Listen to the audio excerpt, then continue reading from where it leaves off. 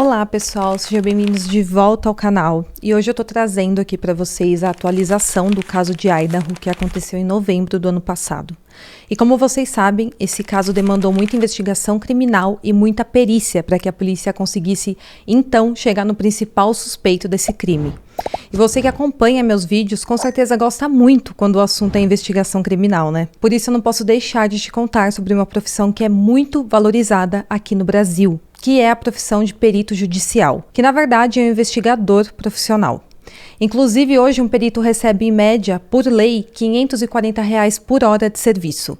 E o mais interessante disso tudo que eu também não sabia é que você não precisa de nenhum concurso público para se tornar um perito. Hoje o Brasil é muito carente desses profissionais, ou seja, o país precisa muito de novos peritos e, inclusive, esse é um dos fatores que fazem esse serviço ser tão bem pago.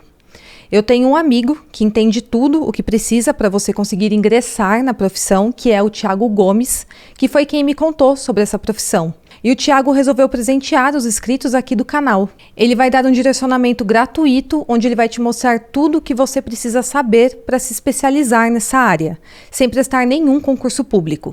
E mesmo assim poder ser remunerado em R$ 540 por hora de serviço. Então, se você trabalhar 1 hora por dia durante 5 dias, ali uma semana de trabalho, você consegue faturar R$ 2.700. E é só clicar no primeiro link na descrição, chamar o Thiago no WhatsApp e ele vai te guiar em tudo o que você precisa saber. Tem também o Insta dele, que é Thiago Gomes Oficial, para quem quer entender ainda mais sobre o trabalho dele. Mas não esquece de falar que você chegou lá através do Caixa de Pandora. No final desse vídeo eu te explico ainda mais sobre isso, então fiquem comigo até o final do vídeo e bora pro caso de hoje.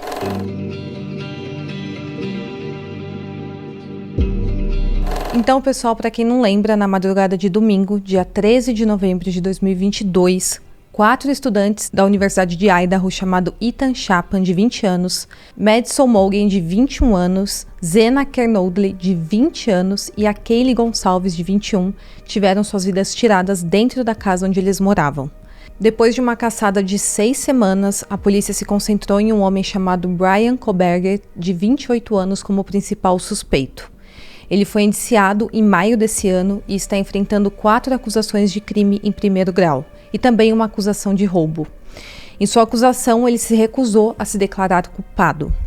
Um julgamento de crime quádruplo foi marcado para 2 de outubro desse ano, embora isso ainda possa ser adiado. Agora, falando um pouco sobre os 4 estudantes que tiveram suas vidas tiradas, a Madison Mogen, que atendia por MED, era da cidade de Coeur d'Alene e estava se formando em marketing na Universidade de Idaho. A sua avó disse que a Madison sempre foi uma pessoa gentil e muito atenciosa e por isso manteve muitas amizades de longo prazo e também laços estreitos com toda a sua família. O namorado dela disse que ela estava animada para a formatura e que ela tinha o desejo de explorar outras partes do mundo.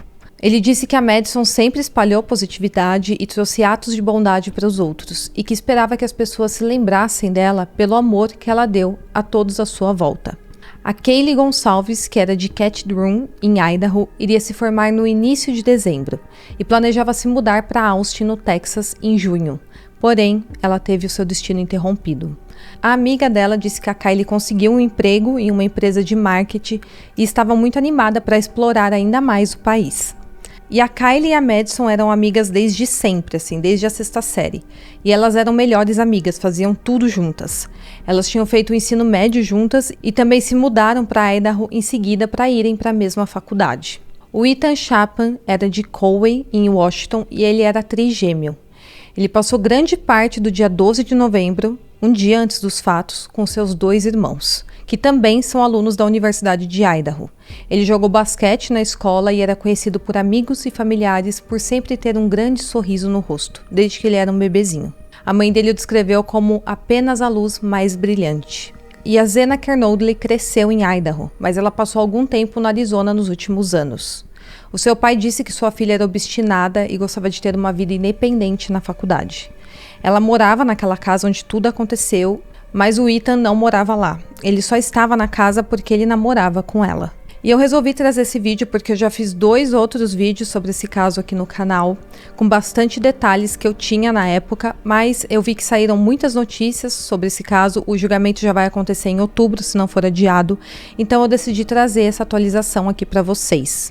E recapitulando tudo o que aconteceu, no dia 12 de novembro de 2022, um sábado, por volta das 9 horas da noite, a Zena e o Ethan foram a uma festa na fraternidade Sigma Chi, que ficava próximo da casa onde as meninas moravam. Naquela noite, a Kylie postou fotos com os amigos com a legenda, abre aspas, uma garota de sorte por estar cercada por essas maçãs todos os dias, fecha aspas. Por volta das 10 horas da noite daquele dia, a Kylie e a Madison foram a um bar chamado Corner Club, que ficava na cidade de Moscow, e ficaram por lá até mais ou menos 1h30 da manhã. Nesse horário, que já era no dia 13 de novembro, as 2 amigas foram vistas fazendo pedidos em um food truck próximo, e isso foi gravado pela câmera de segurança do próprio food truck. Os investigadores dizem que a Zena e o Ethan voltaram para casa por volta da 1h45 da manhã, enquanto a Kylie e a Madison pegaram uma carona de carro para casa. E elas usaram um aplicativo de carona ou então algum serviço de carona que elas tinham ali na cidade.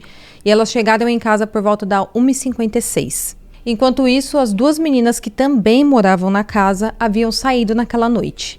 E elas chegaram na casa antes dos outros, por volta da 1 da manhã. Na casa localizada na King Road, que é uma rua sem saída, morava a Kylie, a Madison, a Zena e outras 2 amigas. Aquela casa já tinha sido alugada por outros estudantes, inclusive era uma casa bem movimentada, tinha sempre estudantes lá dentro, e dessa vez quem estava morando lá era as 5 meninas. A casa tinha 3 andares e 6 quartos, 2 em cada andar. Ela está construída em cima de uma espécie de morro, é uma subida, então tanto o primeiro quanto o segundo andar tem portas que dá para a rua. No primeiro andar estava dormindo uma das sobreviventes ao ataque. No segundo andar estava dormindo o Ethan e a Zena, no mesmo quarto. E a outra menina que também sobreviveu ao ataque estava em outro quarto. No terceiro andar ficava o quarto da Madison e da Kylie, e as 2, quando tiveram a vida tirada, estavam deitadas na cama da Madison juntas. Uma das sobreviventes, a do segundo andar, disse que durante a madrugada dos fatos, ela acordou com um barulho que parecia ser a Kylie brincando com o seu cachorro. Depois ela ouviu alguém dizer dentro da casa, há alguém aqui. E ela falou que achava que a Kylie havia dito isso. Mas os investigadores acreditam que isso pode ter sido dito pela Zena, que tinha o quarto no mesmo andar que o dela, e uma análise forense do seu celular mostrou que ela estava no aplicativo TikTok às 4h12 da manhã. Então ela estava acordada, poderia ter sido a Zena falando aquilo. Essa sobrevivente falou que nesse momento ela abriu a porta 2 vezes em um curto espaço de tempo e na segunda vez ouviu o que parecia um choro vindo do quarto da Zena. Ela falou que escutou também uma voz masculina dizendo, abre aspas, está tudo bem, eu vou te ajudar, fecha aspas. As câmeras de segurança perto da casa também captaram o som de um gemido, um baque alto e um cachorro latindo várias vezes por volta das 4h17 da manhã. Então eu acredito que era nessa hora que estava tudo acontecendo. A sobrevivente falou que abriu a porta pela 3ª vez e nesse momento ela viu um homem vestido com roupas pretas e uma máscara que cobria a boca e o nariz caminhando em sua direção. Ela falou que não o reconheceu e ele passou por ela e usou a porta de correr de vidro do segundo andar para sair da casa. Não se sabe se esse homem viu ela na porta do quarto, mas ele passou por ela. Ela disse que depois disso ficou em um estado de choque e então se trancou em seu quarto. Apenas às 11h58 da manhã, uma ligação para o 911 foi feita no celular de um dos outros moradores. E aí as horas se passaram e apenas às 11h58 da manhã uma ligação para a polícia foi feita. Essa ligação foi feita de um dos celulares das 2 meninas que sobreviveram ao ataque, que moravam na casa, e elas estavam solicitando assistência para uma pessoa inconsciente. Eu vou deixar um link aqui na descrição de um tour virtual pela casa de Idaho para quem quiser entender melhor como era a estrutura ali do local. Embora o Brian tenha sido preso e acusado desse crime, uma série de mistérios permanece sobre por que as vítimas foram visadas e quais evidências os promotores têm contra ele.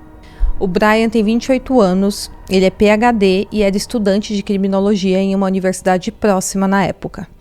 Ele disse que na noite e na hora dos fatos, ele estava dirigindo sozinho pela cidade. A defesa registrou que o Brian há muito tempo tem esse hábito de ficar dirigindo sozinho de madrugada e era exatamente isso que ele estava fazendo naquela noite. Eles disseram o seguinte nesse documento, abre aspas, o Brian há muito tem o hábito de dirigir sozinho. Frequentemente ele saía para dirigir à noite. Ele o fez no final de 12 de novembro e também em 13 de novembro de 2022. O Brian não está afirmando estar em um local específico e em um horário específico. Neste momento não há uma testemunha específica para dizer com precisão onde ele estava em cada momento das horas entre a madrugada do dia 12 e do dia 13. Ele estava fora dirigindo durante a madrugada e também nas primeiras horas do dia 13. Mas agora falando a minha opinião, isso é a mesma coisa de não ter um álibi, de não ter álibi nenhum, porque ele não tem como provar que ele estava dirigindo por aí sozinho na cidade e passou todas aquelas horas só dirigindo. Ele também não tem nenhuma testemunha para confirmar essa informação, então isso praticamente não é um álibi. Os investigadores disseram que usaram dados da torre de celular para rastrear o celular do Brian na noite dos fatos. E eles obtiveram um vídeo de vigilância que mostrava um veículo branco como o do Brian circulando repetidamente em torno da casa das vítimas naquela noite.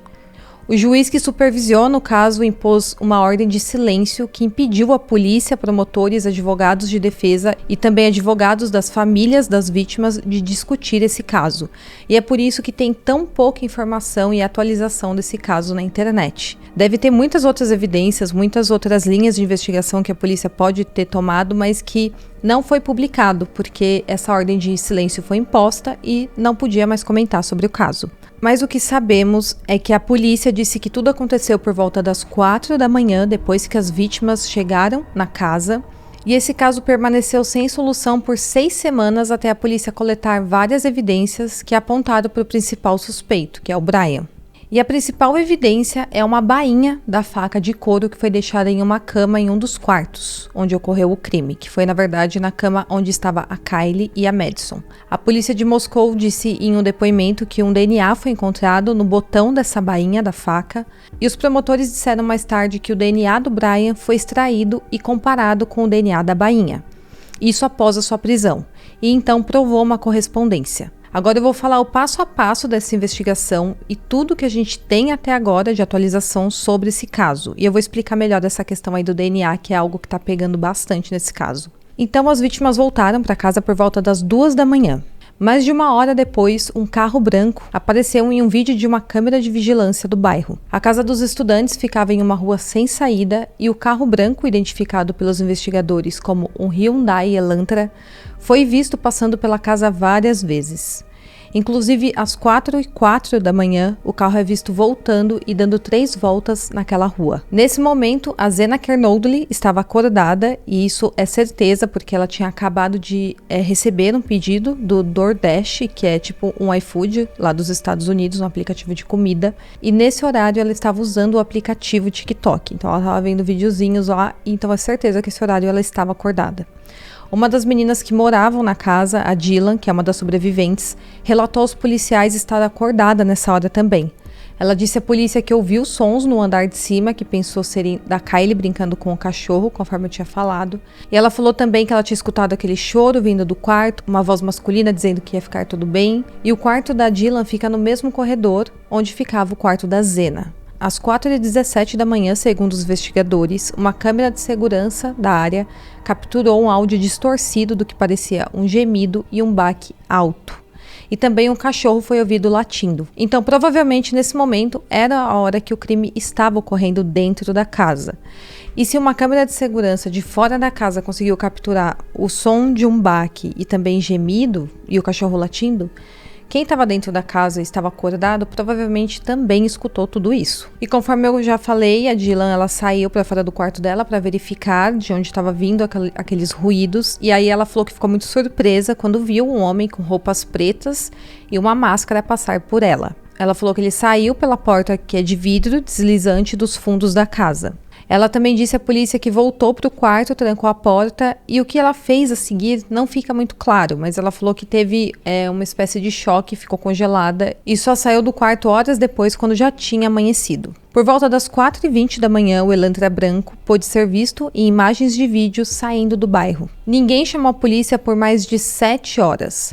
Mais tarde naquele dia, os 4 estudantes foram encontrados sem vida em 2 quartos da casa. Os investigadores que chegaram à cena do crime encontraram a bainha da faca com o logotipo do Corpo de Fuzileiros Navais dos Estados Unidos e ela estava ao lado da Kylie Gonçalves. Mais tarde, após intensificarem os esforços para localizar esse veículo que havia sido visto nas imagens das câmeras de segurança, as autoridades da cidade vizinha, que é a cidade de Pullman, onde fica a Washington State University, conseguiram localizar um carro do modelo Hyundai Elantra na cor branca. Esse carro estava registrado no nome do Bryan Kohberger. Ele morava nessa cidade e frequentava essa universidade. A princípio, os policiais não o colocaram como principal suspeito porque precisava de mais evidências, uma vez que não dava para confirmar a placa do veículo visto próximo da casa dos estudantes. Então, aparentemente, o modelo do carro e a cor era igual, mas poderia ser outro veículo parecido, ou então do mesmo modelo, da mesma cor, mas de outra pessoa. Eles não tinham certeza que era do Bryan, porque pelas imagens divulgadas não tem a placa do carro. Na bainha encontrada no quarto da Madison e da Kylie, foi possível extrair uma amostra de DNA e foi possível verificar que esse DNA pertencia a um homem. Os investigadores então compararam com o banco de dados de DNA da polícia, mas não houve nenhuma correspondência entre esse DNA e qualquer indivíduo daquele banco de dados. Então o que a polícia estava tentando fazer aqui era afunilar cada vez mais a investigação. Eles descobriram que era um homem que tinha estado na casa, pegadas também foram encontradas na casa e pelo tamanho do sapato e pelo DNA deu certeza que era um homem. Esse homem provavelmente era dono de um carro Hyundai Elantra branco, mas até agora a polícia não tinha conseguido encontrar a quem pertencia aquele DNA. Diante desse impasse, os investigadores optaram por encaminhar a amostra de DNA para um nível de análise mais aprofundado. Esse segundo nível de análise resultou na obtenção de um perfil genético mais detalhado, o que possibilitou a aplicação da técnica de genealogia genética. E isso é muito importante nesse caso porque é algo que está sendo muito discutido. A genealogia genética, através do DNA, consegue localizar a árvore genealógica da pessoa. Com isso, eles comparam com um banco de dados de DNA de uma empresa especializada nisso e verifica se consegue localizar parentes compatíveis com aquele DNA. E por meio desse método, o FBI chegou ao Bryan Kohberger. Primeiro, eles rastrearam parentes dele distantes por meio desse banco de dados de genealogia genética. Em 27 de dezembro de 2022, os investigadores pegaram o lixo da casa dos pais do Bryan para comparar com o DNA da bainha. E foi confirmado que aquele DNA era de algum parente próximo do pai do Bryan. E com base no DNA, dá para saber qual é esse grau de parentesco. E essa análise apontou que o DNA era de um filho homem do pai do Bryan. E o único filho homem que ele tem é o Bryan. Com isso, eles conseguiram confirmar que o DNA encontrado na cena do crime era compatível ao filho do pai do Bryan. Então, nesse momento, o FBI redirecionou seu foco investigativo para o Bryan, compreendendo que as evidências genéticas e genealógicas estavam apontando em sua direção. E agora os investigadores sabiam que um carro do mesmo modelo do Bryan tinha estado na cena do crime e que seu DNA tinha sido encontrado na bainha da arma do crime. Mas a investigação continuou. Pouco antes do Natal, os investigadores obtiveram registros telefônicos mostrando que na noite dos fatos, o celular do Bryan foi desligado às 2h47 da manhã enquanto ele estava em Pullman, onde ele morava. Os investigadores acreditam que ele pode ter desligado seu celular de propósito exatamente para ocultar a sua localização, uma vez que ele era um estudante de criminologia, então ele entendia muito bem sobre investigação. Então ele sabia mais ou menos ali como agir perante uma situação dessas. Ele sabia que ele tinha que desligar o seu celular para ele não ser rastreado perto da casa. Seu celular foi ligado novamente às 4h48 da manhã, enquanto ele estava ao sul de Moscou e voltando para sua cidade de Pullman. Então a desconfiança é que nesse horário ele já havia cometido o crime e estava voltando para a cidade onde ele morava, em Pullman, e por isso ele voltou a ligar o celular. Ainda através do sinal do celular foi confirmado que o Bryan voltou para perto da cena do crime algumas horas depois, quando já tinha amanhecido. E para quem não sabe, é um hábito comum dos criminosos voltarem para verificar a cena do crime, para ver se a polícia já foi chamada, o que está acontecendo ali. O histórico de registros telefônicos também indica que ele esteve próximo da casa 12 vezes nos meses anteriores ao crime. No final de dezembro, o Brian foi para a casa dos seus pais na Pensilvânia e nessa época ele já estava sendo investigado sem saber. E ele foi para lá provavelmente para passar as festas de final de ano. E depois ele fez uma viagem de carro com seu pai e ele foi parado 2 vezes pela polícia por causa da sua forma de dirigir. Ele foi liberado logo em seguida. E nesse ponto, o Brian tinha colocado uma nova placa do estado de Washington em seu carro. E ele fez isso, na verdade, 5 dias após os crimes. A polícia testou o DNA do lixo encontrado na casa da família, na Pensilvânia, para confirmar se era de fato ele.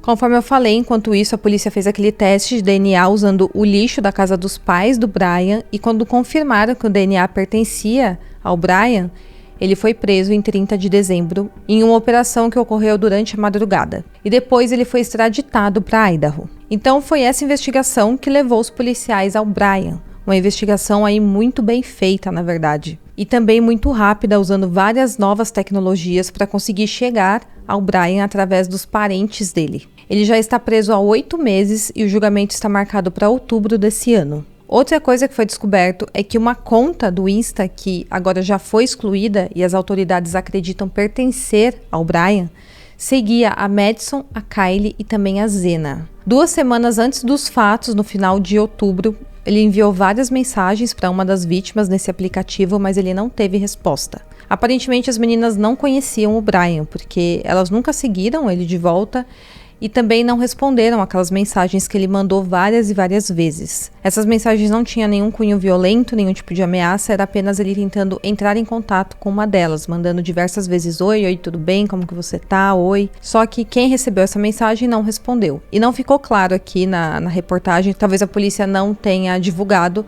qual das meninas que recebeu essa mensagem do Brian. Agora falando um pouco sobre ele era um estudante de justiça criminal. Quando adolescente, ele escrevia sobre ter dissociação, pensamentos de querer tirar a própria vida, falta de emoção e falta de remorso. Ele fazia alguns posts online falando que ele tinha tudo isso. Em 2011, quando ele tinha 16 anos, ele escreveu o seguinte, abre aspas, sinto-me um saco de carne orgânico sem valor próprio, fecha aspas. E ele acrescentou nesse post mais tarde o seguinte, abre aspas, enquanto abraço a minha família, olho para a cara deles e não vejo nada. É como se eu estivesse olhando para um videogame. Mais, menos, fecha aspas. Então, pelo que eu entendi nessas mensagens, ele tá falando que não tem qualquer sentimento nem pela sua própria família, o que é bem estranho. O Brian já foi preso uma vez em 2014 e foi o seu pai quem chamou a polícia nessa ocasião. O Brian roubou o celular da sua irmã, Melissa, e ele tinha 19 anos na época e havia saído recentemente da reabilitação por problemas de dependência química. O Brian passou alguns anos com muito problema com substâncias ilícitas, ele teve que ser internado e quando ele voltou para casa, ele roubou o celular da irmã dele. Em 8 de fevereiro de 2014, ele roubou o iPhone dela, que valia $400. E ele pagou a um amigo $20 para buscar ele e levar até um shopping local. Lá ele vendeu esse iPhone por $200. O seu pai, sabendo disso, chamou a polícia e ele foi preso em flagrante por furto, mas ele não cumpriu nenhuma pena na prisão. Em 2018, ele falou com um amigo sobre uma batalha que ele estava enfrentando contra a depressão, mas ele disse que estava bem e também que havia parado de usar substâncias ilícitas. E ele falou que ele recorreu a isso há muito tempo quando ele sentiu vontade de tirar a própria vida. Depois ele ficou fascinado com o estudo da psicologia criminal, dizendo que esperava um dia conseguir fornecer aconselhamento para criminosos de alto perfil.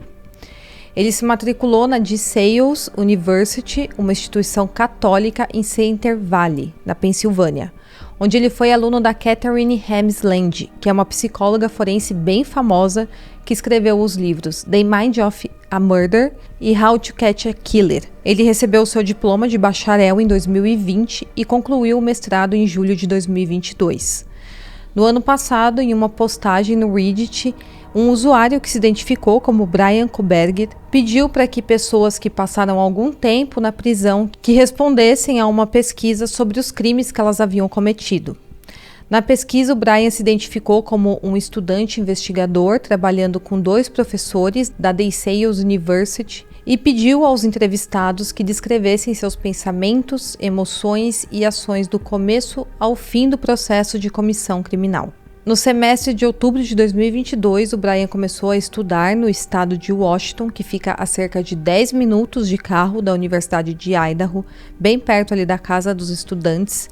E ele também se inscreveu para um estágio no Departamento de Polícia de Pullman.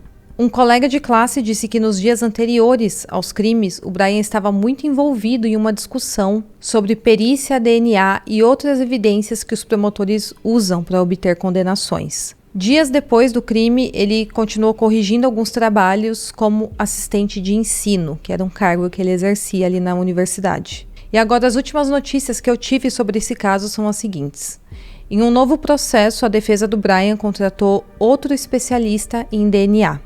Essa especialista, identificada como Gabriela Vargas, diz ser especialista em genealogia genética investigativa, que foi o método usado para chegar até o Brian, e ela disse que está ciente de que a polícia obteve resultados de maneiras proibidas pelos termos de uso do banco de dados, e proibidas também por suas próprias políticas.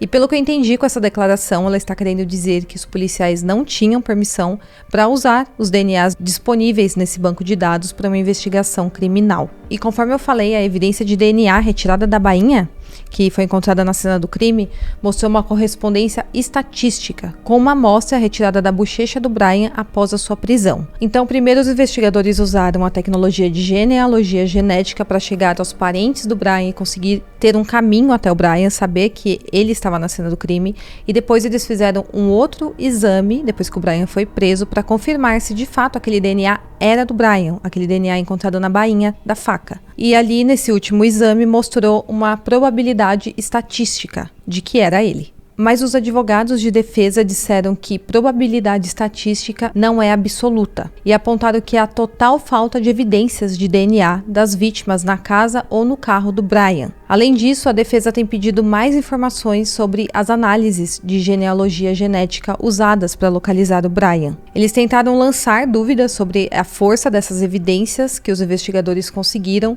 e se de fato essas evidências apontavam irrefutavelmente apenas para o Brian. A defesa disse em junho que o DNA do Brian poderia ter sido plantado na cena do crime por alguém durante a investigação. Eles falaram que centenas de policiais entraram na casa e que o governo já estava ciente de quem eles queriam atingir usando essa técnica de genealogia genética. Então, o que eles estão tentando dizer é que é como se tivesse sido um complô, como se tivesse sido montado um complô do próprio Estado para acusar o Brian. A promotoria disse que mesmo que a equipe de defesa queira seguir esse caminho e alegar que o processo foi manipulado, seria um argumento completamente irrelevante, porque eles não planejam apresentar as informações de genealogia genética no julgamento. A promotoria disse que essa técnica foi usada apenas para apontá-los na direção certa, mas eles não planejam usar isso no julgamento. Eu imagino que seja porque hoje eles já confirmaram que, de fato, o DNA encontrado na bainha é do Brian, porque, conforme eu falei, esse DNA foi confirmado em um novo teste feito depois da prisão do Brian, tirando o DNA dele mesmo e confirmando que, de fato, aquele DNA da bainha pertencia a ele. A defesa alegou que foram encontrados os DNAs de 3 homens dentro e ao redor da cena do crime, mas que a polícia se concentrou desde o início apenas no Brian, como se fosse um complô contra ele. Eles também falaram que não sabem como a polícia conseguiu identificar aquele carro que passou perto da casa, que foi visto nas câmeras de vigilância, e ter certeza que aquele carro pertencia ao Brian, porque nas filmagens não dá para ver a placa do carro. Nessa sexta que passou, a defesa pediu à promotoria que apresentasse essas evidências para eles, mas o promotor do condado de Lata, Bill Thompson, que está cuidando desse caso, disse o seguinte, abre aspas, demos tudo o que obtivemos do laboratório, não sei mais o que dizer. Demos tudo o que sabemos que existe. Estão pedindo uma coisa que não existe. Vamos fazer outro inquérito ao laboratório para outras comunicações, mas pelo que sabemos, já foi providenciado tudo para a defesa, fecha aspas. E para quem não sabe, a promotoria vai pedir a pena capital para o Brian. Então, se ele for condenado, ele pode ter que pagar com a sua vida por esse crime. Então, sabendo disso, tudo o que a defesa está tentando fazer lançar dúvidas nas evidências encontradas contra o Brian. Porque se houver alguma dúvida de que a investigação não foi tão bem feita e que pode ter prendido a pessoa errada ou pode ter alguma dúvida, dificilmente ele vai ser condenado por esse crime. E outra atualização é que esse ano o proprietário da casa doou a propriedade para o presidente da Universidade de Idaho, chamado Scott Green. E ele anunciou que essa casa foi doada à universidade e que a casa será demolida. Ele disse o seguinte, abre aspas, esta é uma etapa de cura e remove a estrutura física onde foi cometido o crime que abalou nossa comunidade, fecha aspas. Atualmente, a casa é cercada por uma cerca de arame e também com segurança 24 horas. Mas a família da Kylie não quer que a casa seja demolida até que o julgamento do Brian seja concluído. Porque, afinal de contas, ali, apesar de já ter sido feita uma perícia pesada, já ter sido feita várias análises com tudo que foi encontrado na casa, ainda assim é a principal prova do crime. Então é ali que tudo aconteceu, é ali que vai ter as principais evidências, é ali que eles vão entender como tudo aconteceu. E eu concordo com a família da Kylie, eu acho que de fato essa casa tem que ficar em pé até pelo menos o julgamento acabar. Além disso, bolsas de estudo em memória da Zena, do Ethan e da Madison foram criadas na Universidade de Idaho. E o Scott Green disse que a universidade está trabalhando com a família da Kylie Gonçalves para criar uma quarta bolsa no nome dela. E para fechar, aparentemente os pais do Brian têm algo a dizer sobre uma mulher chamada Dana Smither, de 45 anos. Esse é um outro caso onde essa mulher teve sua vida tirada em 28 de maio do ano passado. Ela primeiro desapareceu quando estava a cerca de 48 quilômetros da casa onde os pais do Brian moram, e eles foram chamados em maio desse ano para testemunhar perante o grande júri sobre esse caso. Mas uma fonte afirmou que o álibi do Brian prova que ele provavelmente não estava envolvido no crime contra a Dana Smithers. Não deram muitos detalhes de qual é o envolvimento dos pais do Brian nesse caso, mas é um fato que eles foram chamados para testemunhar em um outro crime. Bom, pessoal, então são essas informações que eu tenho sobre esse caso. Eu dei uma boa pesquisada, peguei tudo o que era mais relevante sobre o caso e tentei colocar aqui da melhor forma possível para vocês entenderem. E conforme eu falei, a promotoria vai pedir a pena capital ao Brian. E tudo o que a defesa está tentando fazer é colocar alguma dúvida ali nas evidências da promotoria que tem contra o Brian para conseguir livrar o Brian pelo menos da pena capital. Porque se houver um pingo de dúvida de que ele de fato é o culpado ou de que a investigação não foi tão bem feita assim, a pena capital não vai ser cumprida na vida do Brian. Então esse julgamento é algo bem sério, né? 4 estudantes bem novinhos, que tinham a vida inteira pela frente, tiveram as vidas tiradas. E agora o principal suspeito também vai ter que pagar com a própria vida se ele for condenado. E a polícia tem levado esse caso com muita seriedade desde o início, a promotoria também. Eu vi algumas pessoas falando que esse caso tá sendo muito bagunçado e tudo, e não é isso. Esse caso aparentemente é muito bem feito. O trabalho da polícia tem sido muito bem feito, mas existe essa ordem de silêncio estabelecida pelo juiz desse caso, para não ser muito divulgado sobre as evidências que eles têm até agora. Exatamente porque o Brian, ele vai a júri popular. Então, para que as pessoas que vão estar no júri julgando ele não cheguem lá já com a ideia estabelecida na sua cabeça de que ele é o culpado ou de que ele é o inocente, essa ordem de silêncio foi estabelecida, para que o júri consiga se basear apenas no que vai ser mostrado ali no julgamento, sem ser influenciado pela mídia e também pela população. Mas ao longo do caso, essa ordem de silêncio ela teve que ser um pouco afrouxada, porque ela foi bem rígida no começo, mas existe a liberdade de imprensa, existe a liberdade de expressão, então eles tiveram que afrouxar essa ordem de silêncio para que a mídia pudesse, pelo menos, atualizar minimamente esse caso. E agora eu falei para vocês todo esse passo a passo da investigação, tudo que a polícia fez, os peritos fizeram para chegar ao principal suspeito. E para você que tem grande interesse por essa profissão de perito e investigador profissional, eu vou explicar agora como você consegue ingressar nessa profissão. Como eu falei, hoje o Brasil ainda é muito carente desses profissionais. Não tem muitos novos peritos aqui no país. Inclusive, esse é um dos fatores que fazem esse serviço ser tão bem pago. Então, o Thiago ele vai dar o direcionamento gratuito para vocês, onde ele vai te mostrar tudo o que você precisa saber para se especializar nessa área sem prestar nenhum concurso público. E mesmo assim, poder ser remunerado em R$ 540 por hora de serviço. Então, assim, é um valor muito bom para você receber. E para isso, é só você clicar no primeiro link da descrição desse vídeo, chamar o Thiago no WhatsApp e ele vai te guiar em tudo o que você precisa saber. Bom, pessoal, então esse é o vídeo de hoje. Espero muito que vocês tenham gostado. Não se esqueça de curtir, de se inscrever no meu canal e até o próximo caso.